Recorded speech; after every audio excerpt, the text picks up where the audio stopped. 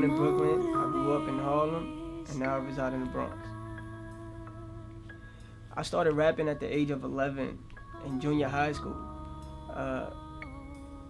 If you had to ask me how I got into rapping, I would say the environment got me into rapping.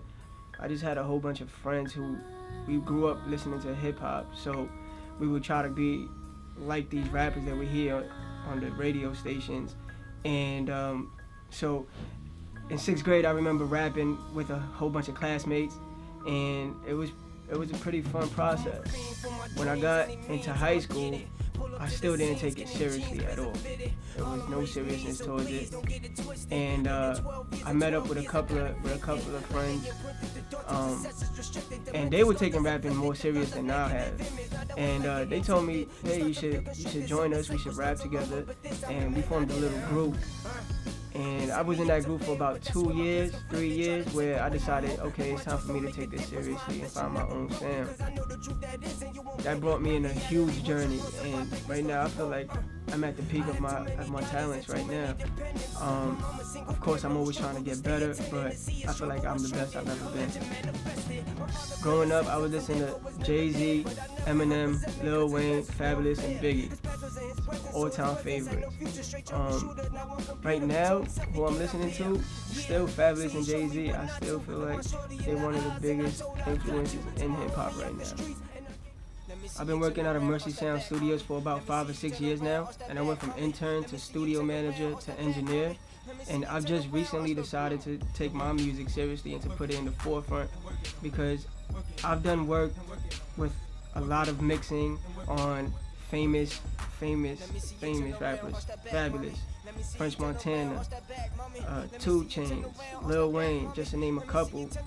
And I've also worked with up-and-coming rappers, and I noticed with up-and-coming rappers, I was basically giving them ideas that I would be doing myself in the booth, and they would come out and say, hey, this sounds amazing, and I would be thinking in the back of my head, like, yeah, this is the sound that I was going for, and I just basically gave it to them. So why don't I just go out there and do it myself?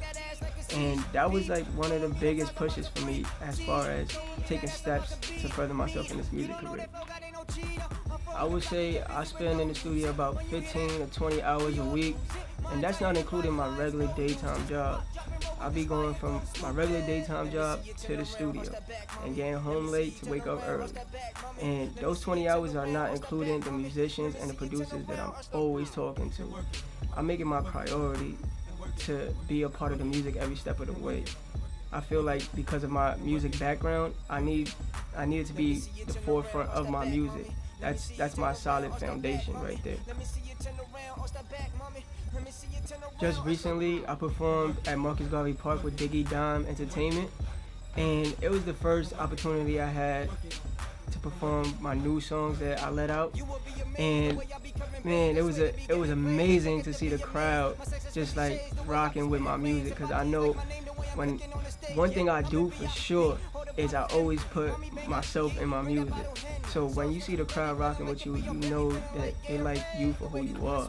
And I never sugarcoat anything. So every emotion that was on stage was exactly what I was feeling when I was in the booth, was exactly what I was feeling when I was writing it.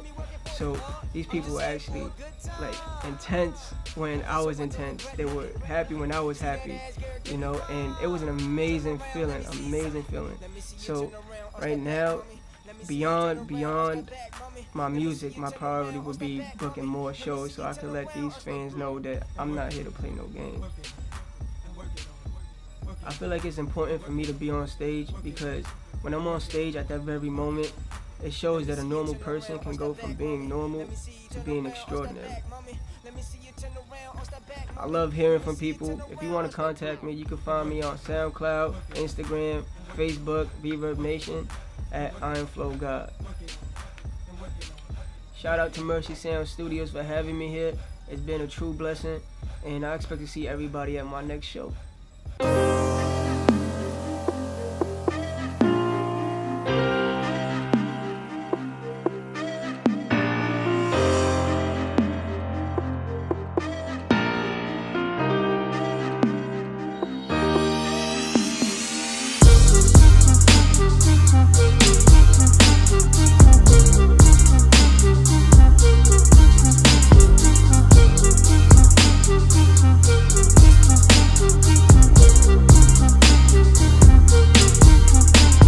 you looking right, best thing in my sight. Goddamn, that body cooking, what's the temperature like?